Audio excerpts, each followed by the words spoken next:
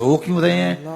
فرمایا کہ میں اس لیے رو رہا ہوں کہ فلاں پل سے بکریاں گزری ہیں، تو پل کے اندر شکستگی تھی، ٹوٹا ہوا تھا پل درمیان میں کچھ، اس میں ایک بکری کی ٹانگ ٹوٹ گئی ہے، تو میں ڈرتا ہوں کہ میرا رب یہ نہ پوچھے کہ عمر تو نے پل صحیح تعمیر نہیں کروائے تھے کہ ایک بکری کی ٹانگ کیوں ٹوٹی ہے۔ یہ ہیں حضرت عمر رضی اللہ تعالی عنہ۔ اللہ اکبر۔ تو اللہ تعالیٰ جل شانہ نے حضرت سیدنا عمر بن خطاب رضی اللہ تعالیٰ عنہ سے جو کام لیا، مختصر دور خلافت کے اندر 10 سال 6 ماہ 4 دن آپ نے خلافت فرمائی ہے، لیکن کہاں سے چلے اور یہاں مکران تک، بلوچستان کا حصہ ہے، یہاں تک آپ کے سلطنت کی حدود وسیع، ادھر آرمینیا تک جا پہنچے، حمص فتح کیا، قادسیہ، یرموک۔ آپ ذرا دیکھیے کہ کہاں تک آپ کی فوجوں کے گھوڑے دوڑتے رہے، اور اللہ تعالیٰ جل شانہ نے ان کو جو توانائی، عدل و انصاف کی قوت عطا فرمائی۔ اللہ اکبر۔ جب زمین پہ عدل کیا ہو تو زمین بھی حکم مانتی ہے، اور حضرت عمر وہ تھے جن کا حکم ہوائیں بھی مانتی تھی، زمین بھی مانتی تھی، جن کا حکم جو ہے وہ آگ بھی تسلیم کرتی تھی اور دریا بھی ان کا حکم مانا کرتے تھے۔ مصر کے اندر یہ رسمیں بد جاری تھی کہ سال کے بعد ایک دو شیزہ کو زیورات پہنا کے اچھے لباس میں ملبوس کر کے دریا کی بھیڑ چڑھایا جاتا، اس کی قربانی دی جاتی، اس کا خون بہتا تو دریا چلتا۔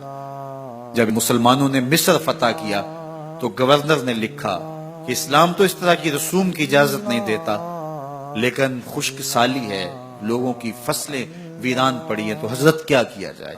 تو حضرت عمر رضی اللہ تعالیٰ عنہ کاغذ کے ٹکڑے پہ لکھتے ہیں، بسم اللہ الرحمن الرحیم۔ مصر کے نیل کی جانب عمر کا خط لکھتے ہیں، اے نیل، اگر تو اللہ کے حکم سے چلا کرتا ہے تو چل، ورنہ ہمیں تیرے چلنے کی کوئی حاجت نہیں ہے۔ اور قاصد کو کہا یہ خط لے جاؤ اور جا کے دریائے نیل میں پھینک دو۔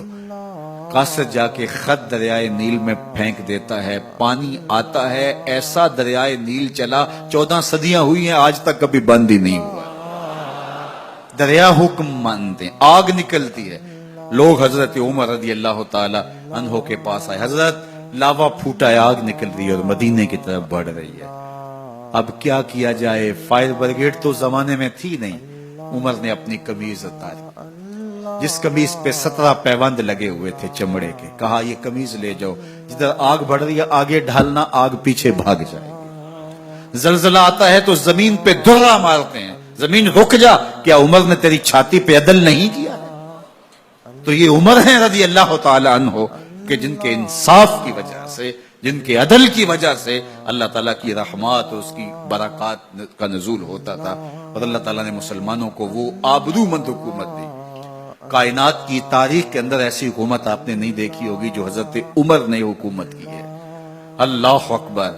فرمایا فرات کے کنارے پہ ایک کتا بھی پیاسا مر گیا تو اس کا حساب بھی عمر سے ہوگا۔ باہر سے سفیر آتا ہے اور آ کے پوچھتا ہے کہ میں امیر المومنین کے، مسلمانوں کے حکمران کے محل میں جانا ہے، تو وہ مسکرا کے کہتے ہیں ہمارے امیر کا تو کوئی محل نہیں ہے۔ کہا کہاں ہے تمہارا امیر؟ کہا مسجد نبوی میں ہوگا یا بیت المال کی اونٹوں کی دیکھ بھال میں لگا ہوگا۔ وہ جب گئے تو مسجد میں نہیں ہے، اللہ اکبر، وہاں گئے تو وہاں بھی نہیں ہے۔ پھر کیا دیکھتے ہیں کہ عمر رضی اللہ تعالی عنہ جنت البقیع کے پاس ایک درخت کے نیچے اینٹ کا سرانہ رکھ کے سوئے ہوئے، تو اس نے کہا عمر تو نے عدل کیا ہے، تجھے کچی اینٹ پہ بھی نیند آ گئی، ہمارے حکمرانوں نے انصاف نہیں کیا، اور وہ بند اور محفوظ کمروں کے اندر بھی سکون اور چین کی نیند نہیں سو سکتے۔